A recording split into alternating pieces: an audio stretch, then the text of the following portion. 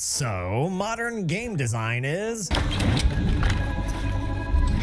You're just getting its teeth kicked in. Look, I'm not saying that there are no great modern games. I mean, plenty of games released in the last couple of years with modern design decisions have been great fun, engaging, and enjoyable. It's undeniable that a small handful of the most successful games in recent years have taken a firm lean toward classic game design that would have been found more commonly in games years ago. These old school approaches to game design, I can't make double quotation marks, have made some waves throughout the past few years, becoming some of the most well-received and successful games in recent memory. To see this in action, we need look no farther than smash hits Baldurs Gate 3, Armored Core 6, and the absolute titanic success of Elden Ring.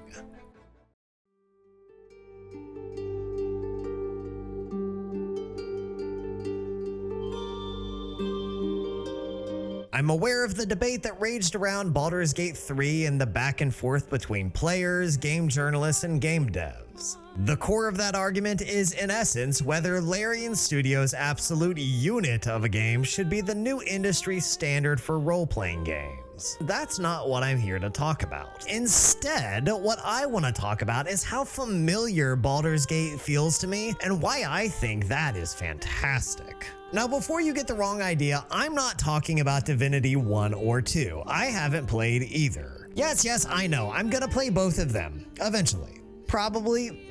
Maybe? Is it even worth playing either of them now that Baldur's Gate 3 is already out and I'm playing it? Like, at this point, is Divinity anything more than just Baldur's Gate 3 training for babies? I don't know. Let me know down in the comments if they're even worth my time at this point. No, Baldur's Gate 3 brings back memories from all the way back in 1998 of the original Baldur's Gate itself. It reminds me of Baldur's Gate 1 and 2, Icewind Dale 1 and 2, hell, even Neverwinter Nights 1 and 2. The whole game just pulses with the same life essence and vibe of the Forgotten Realms and D&D games of the late 1990s and early 2000 era.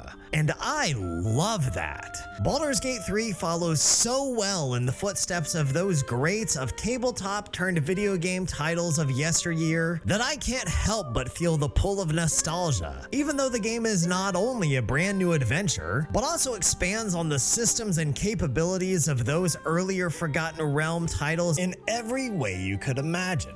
Still, when I play Baldur's Gate 3, everything about it harkens back to the game design and philosophies on display during the late 90s and early 2000s of CRPG gaming.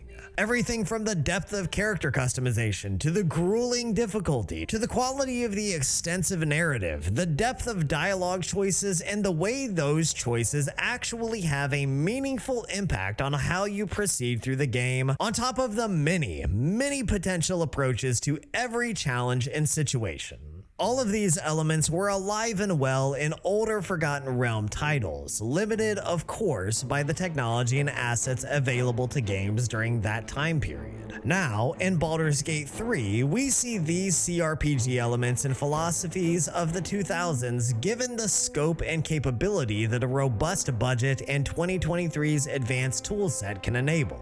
And the result is a staggeringly great sequel that took gaming by storm, reaching far beyond the niche CRPG fanbase and right into mainstream, pulling in audiences and players that would have never given this kind of game a chance in the past, and quickly making lifelong fans of many casual gamers. And as it turns out, Baldur's Gate 3 is not the only game this year crossing over from a small niche audience into the mainstream using classic game designs.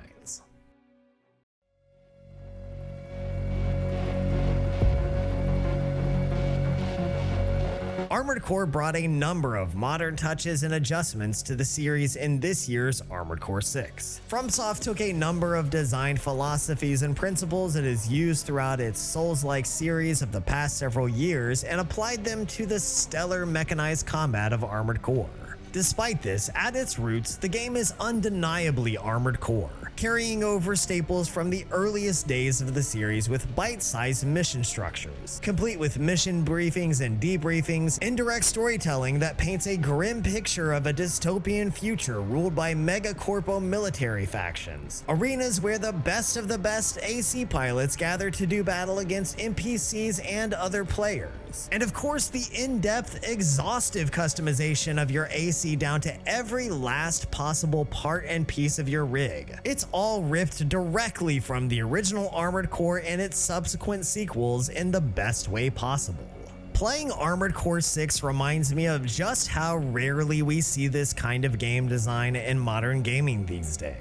I won't say it's the only game of its kind anymore, but I honestly can't remember the last time I played a game with a mission structure like Armored Core, where you go in for a specific level or stage to run through a mission that can be as short as 5 to 10 minutes, and the longer missions tend to only last somewhere in the range of 20 to 25, and that's it. You get that self-contained slice of gameplay where you unleash the colossal death machine you've cobbled together before heading back to the garage, tweaking your rig again to optimal perfection, and get briefed on the next mission all over again. Modern game design would have us believe this type of structure for a game is outdated and unappealing. Some people aren't going to care for this structure in the game, but I love it. It reminds me of older games where you could just sit for 15 or 20 minutes and legitimately feel like you accomplished something because you did, and the cleared stage proved it. And I know I'm not alone in feeling this way. Despite a lot of people's misgivings that this game was going to be a giant miss for a wider gaming audience, a misgiving I'm not saying I shared, but I'm not saying that I shared, Armored Core 6 is unquestionably a successful game.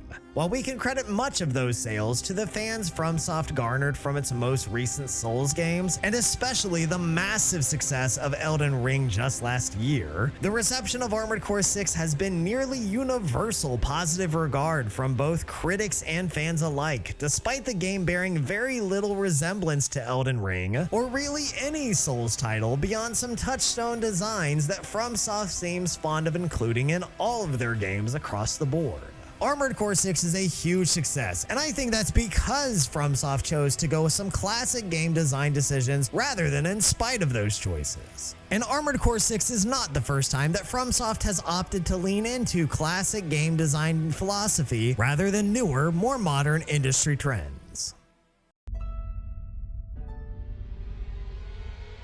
Elden Ring is a prime example of this. In an age where the Ubisoft open world model has become a near standard for open world games, Elden Ring's open world design leans more toward games like Skyrim, offering a wide open, sprawling world with minimal guidance, no hand-holding, and an emphasis on player-led discovery above all else. No bloated checklist of tasks and collectathons, and no map cluttered and overflowing with markers to check off on your completion list. Just a mysterious land full of secrets, lore, loot, danger, and awe-inspiring sights to discover.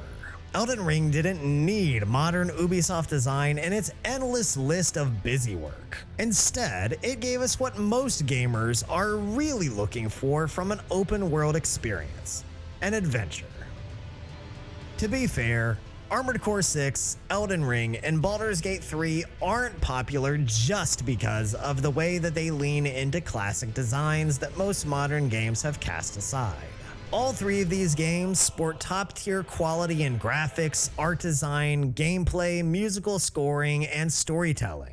These games all have excellence within almost every aspect of their design, which is absolutely a huge reason for their success. But the fact that each of these in their own way incorporated many forms of older classic game design that we see less and less of these days in modern titles show us that there was nothing wrong with these design elements in the first place as long as they are used in a way that fits the game.